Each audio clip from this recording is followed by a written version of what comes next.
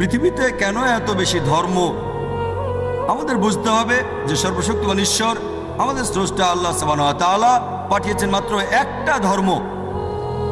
আল্লাহ পবিত্র কোরআনে বলেছেন সূরা আলে ইমরান অধ্যায় নম্বর 3 আয়াত নম্বর 19, ইন্নাদ-দীনা ইনদাল্লাহিল ইসলাম। একমাত্র ধর্ম, একমাত্র জীবন দর্শন যেটা আল্লাহ তাআলার গ্রহণযোগ্য, সেটা আল্লাহ তাআলার কাছে আত্মসমর্পণ করা। আল্লাহ তাআলা মাত্র একটা ধর্মই পাঠিয়েছেন। আর যত নবী রাসূল পৃথিবীতে এসেছেন, যেমন ধরেন আদম, ইব্রাহিম, মুসা, ঈসা, মুহাম্মদ, ওনারা সবাই শান্তিতে থাকুন, তারা মানুষকে একটা শিক্ষাই দিয়েছেন, আল্লাহর কাছে আত্মসমর্পণ করা। এখন আরবি ভাষায় যদি কেউ আল্লাহ তাআলার কাছে আত্মসমর্পণ করে তাহলে তাকে বলা হয় মুসলিম।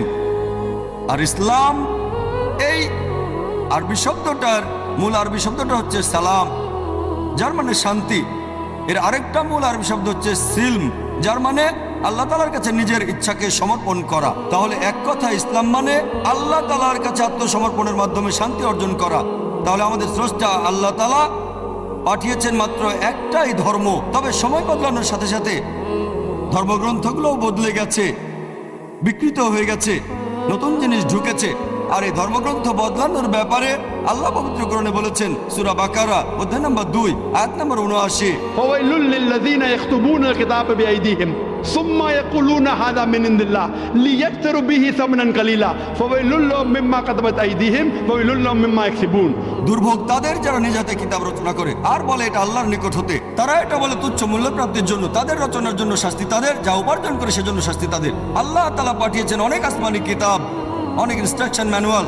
সময় বদলানোর সাথে সাথে এই ইনস্ট্রাকশন ম্যানুয়াল, আল্লাহর এই আসমানি কিতাব বদলে গেছে। যখন কোনো কিতাব বিকৃত হয়ে গেছে, আল্লাহ নতুন রাসূল পাঠিয়েছেন আর নতুন কিতাব। এইভাবে অনেক দিন চলেছে। তারপর আল্লাহ পাঠালেন সর্বশেষ ও চূড়ান্ত নবী মুহাম্মদ সাল্লাল্লাহু আলাইহি সাল্লামকে, আর সর্বশেষ ও চূড়ান্ত আসমানি কিতাব কোরআন নাজিল করলেন। এর আগে যেসব নবী রাসূল এসেছিলেন, আমাদের প্রিয় নবী মুহাম্মদ সাল্লাল্লাহু আলাইহি সাল্লাম বলেছেন যে আল্লাহ তাআলা এই পৃথিবীতে 1,24,000 নবী রাসূল পাঠিয়েছেন। পবিত্র কোরআনে মাত্র 25 জনের নাম বলা হয়েছে, অন্যদের নাম আমরা জানি না। হতে পারে একজন প্রশ্ন করেছিল, আপনি কি মনে করেন, একজন হিন্দু আমাকে এই প্রশ্নটা করেছিল, আপনি কি রামকে আল্লাহর রাসূল বলে মানেন, অথবা শ্রীকৃষ্ণকে কি আল্লাহর রাসূল বলে আপনি মানেন?